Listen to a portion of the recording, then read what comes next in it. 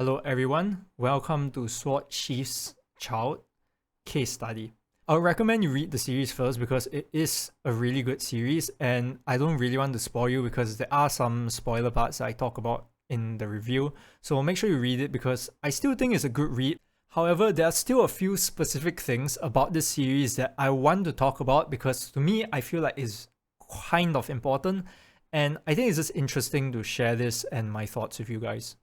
So specifically for Sheath's Child, there are 2 points which I want to talk about in this study, and that is about the world building of the story and character backstories in the series. So first and foremost, I would like to talk just very briefly about Sheath's Child, and basically it is a really good series. I think the action scenes and the art style in the series are top notch, which is why I think for those 2 reasons alone, it's a very good read. But I would like to bring up the point of world building and character backstory because I feel like it affects the series a lot more, or it affected me at least a lot when I was reading the series. So for me, world building talks about a few things. It talks about the world power systems, which is very important for fantasy style series with a lot of powers. And if it is also a fantasy style series, you need to talk about the kinds of beings and the kind of world that the series is taking place in.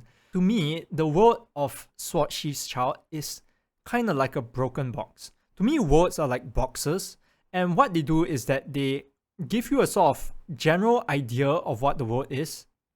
But for Sheath's Child, even though the world kind of is a bit colorful, it's kind of an intricate looking box, it feels like there are a few cracks and holes in it that kind of blocks you from truly figuring out the true essence of what the world is and all it has to offer. And that to me is one of the few reasons that as I kept reading, kept gnawing on my mind because I felt like I was always missing a bit of information that I would like to have. And I think it's not really the greatest issue if you don't think too hard about it. But because of the fact that I had to write a review on it, I like to keep track of all the things that happen in the series. And as I kept doing so, I kept noting down points about stuff that happens in the series. And I want to link it back to anything that the story has given me just from like any visuals or anything. And what I realized is that it's just not there. Basically, I get a lot of information that I can't really make any good use of because I'm missing information from the world. And so I lack the ability to speculate and I don't have the direct information that's supposed to be given to me because it's meant for a future scene and it's meant to foreshadow something. And so in the end, it gets very confusing because I lack information about any of the powers that the characters are using. I don't know what every character in the series even is in terms of like species because they are not definitely all human, but no one talks about any of the other kind of beings that live in this world except like later on when they talk about gods. But also then you still miss a lot of information about everything else. To me, I understand the standpoint from the author where he wants to try and make this series as natural as possible because when you remove all of these like very technical stuff that you require time and like dialogue space to talk about, you kind of make the series flow really naturally. To me, I think while you can get through this series without knowing any of this world backstory and world building and stuff, to me, having that ability to speculate and make you try and make use of the puzzle pieces of the story to try and figure out your own helps to go and engage the reader more. Imagine a puzzle, and a lot of the parts of the story given to you in flashbacks is a single puzzle piece that you are supposed to fill in to this puzzle. But the issue is that without the world, it's kind of like trying to build the puzzle without knowing the size and the borders and everything about the puzzle, you know? And so what happens is that you are left with a lot of these pieces, but as the story progresses, they basically tell you where you're supposed to put this piece. But even though you know where the piece goes, there's still a lot of information you're lacking around it because there's just so much information about the world that you lack that you cannot get the full picture of it. And that to me is one of the main reasons why the world building in this series, while it does kind of require you to not think as much and just take in everything as it goes, the kind of baggage you get from grabbing all these puzzle pieces of like story fragments along the series, and you just have to carry it along knowing that one day it'll probably end up being useful, but you have no idea how long you'll be able to hold on to it for. I think I am 50-50 on this. I won't drag on too much about the world building. I think it has its pros and cons for it. I would personally have preferred if more about the world was given, even though it might take up like a chapter or worth of like chapter space. I think I still would have preferred to like it because it would just give me a lot more options in terms of trying to speculate stuff that might happen. But something that I can very specifically talk about is the characters. Personally, I think all the characters in the series are actually really good. I think the author really put in a lot of effort into making all the characters in this series because I can see the thought and effort put into the backstory and trying to make them mesh into the relationship that the characters are having so that they all play a part in the end. But even though I appreciate the thought of fleshing out all the characters very well, as a writer, I really appreciate that all the characters that are made are trying to be like properly used. But the issue with having so many characters which play a role is that in the end, the series has limited pages, has limited time, and with a lot of action scenes and like arcs taking up a lot of space in chapters, in the end, there's not that much space to go through every character in the series. It's not just a simple it's not just a handful of characters that are being talked about here. Like, just off the top of my head, there are over 10 characters with backstories that kind of tie into the final like endgame plot that is going to take place. And the thing is, with how many chapters have been out right now, you are still left with a bunch of stuff that you really can't make use of right now. For this series, flashbacks are one of the most commonly used ways. I think it's basically the only, if I remember correctly, the only method that the author uses to provide a lot of like meaningful information. And I do appreciate that the information is being given, but I think compared to the extent of the past that the author is hoping to convey by the end of the series, these small flashbacks end up being more of a detriment because while you do get a lot of meaningful information, the information you get is kind of fragmented. So imagine the past is like a ruler and there's like a 15 cm ruler. So you have like, imagine you cut the ruler up into 1 cm segments, and what the author is doing is that every flashback is 1 cm. But the thing is, you don't get the flashbacks in order of 1 to 15, like how like chronological order. You kind of get like 6, and then you get like 12, and then you get like 9, and then you get like 1. And so what happens is that because the flashback, the past, is so vast, and the fragments themselves are so small, like a minimal amount compared to the grand scheme of things, you kind of still end up questioning the past more than getting answers to it. And the thing is that you can't really truly understand everything until you get enough of it. While I say that the past is split up into all these parts and you're collecting piece by piece, you have to understand that this main past is the past connected to Bira only and not every other character that's in the story. Because a lot of the other characters like the General, Sohyun, Yehua, like all of them all have their own separate past, like Banjo. They all have their own separate past. It's not as large and it's not the main story that you're going to follow. But the thing is, they are still sizable pieces of the past.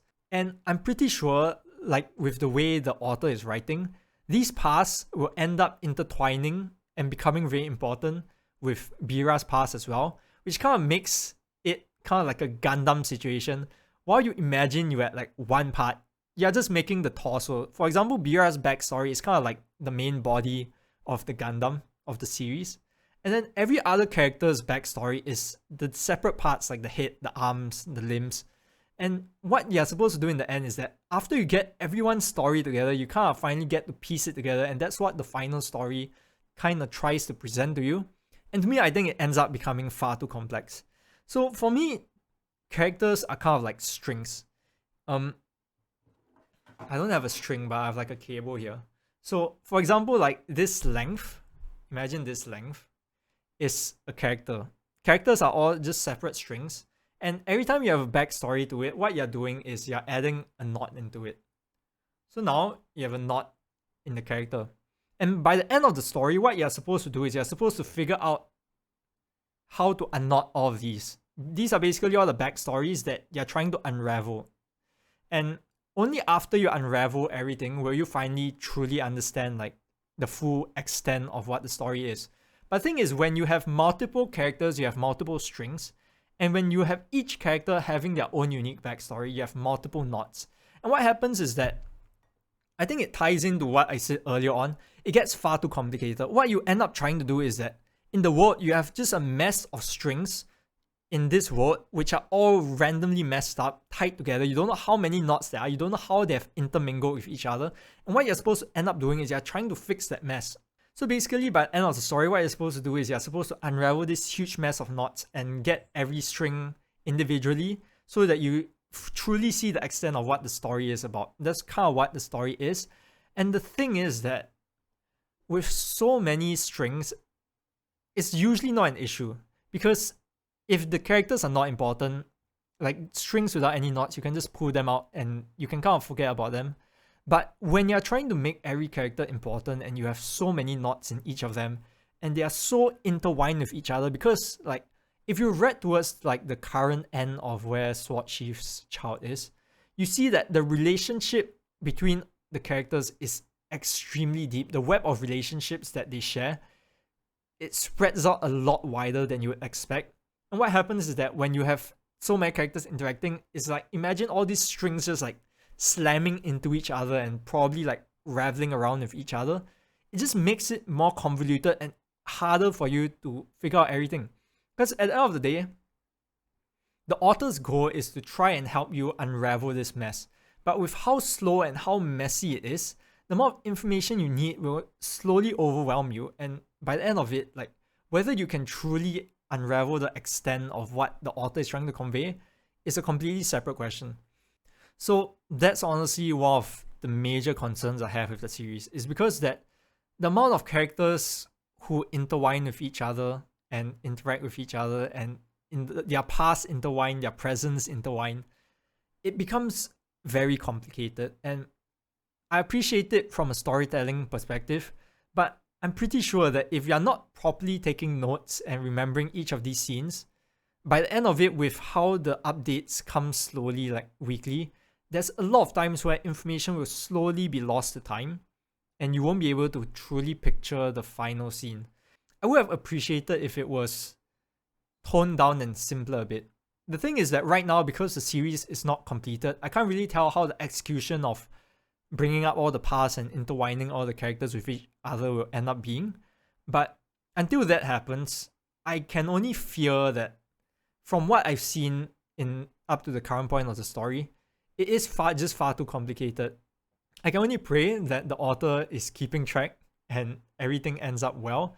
So anyway, my recommendation for this series is that you just go in, try not to dwell too much on a lot of the details. I think at most, just note some of the flashbacks, especially including some of the major characters, and just take it as it goes. Appreciate the art of the series and don't dwell on the details that may or may not end up becoming very important.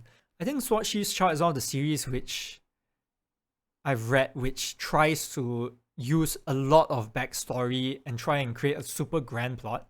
But the thing is, without knowing the ending, I can't really tell how well it's going to end up being. So I'm very anticipating for how it's going to end up being. But at the same time, I can't help but be a bit anxious with how the execution will be, which is why I want to talk about it, because I think this is one of the fundamentals of storytelling that is very important to think about, especially when writing fantasy style series, since you kind of have a whole world to build on. And so all I can say is that with how the series is right now, there's a lot that's unknown. And I just really, really hope that it's executed well. I know this is not the usual review content that I do, but as a storyteller, I like to talk about these kind of things a lot because these are the kind of things that I think about while reading a series. So it might not be a normal review, but if you enjoyed stuff like this, just like the video so that I can kind of tell that it's okay to continue making such videos. If not, I might just go back to doing normal reviews while talking in general, like weaving in these storytelling things while doing the review itself. But yeah, if you enjoyed it, like the video and subscribe because that helps a lot. Anyway, I hope you enjoyed that. I really hope the series ends up not falling short of what it's trying to build up. And yeah, I'll see you guys again in another review or talk or whenever. So I'll see you guys then. Goodbye.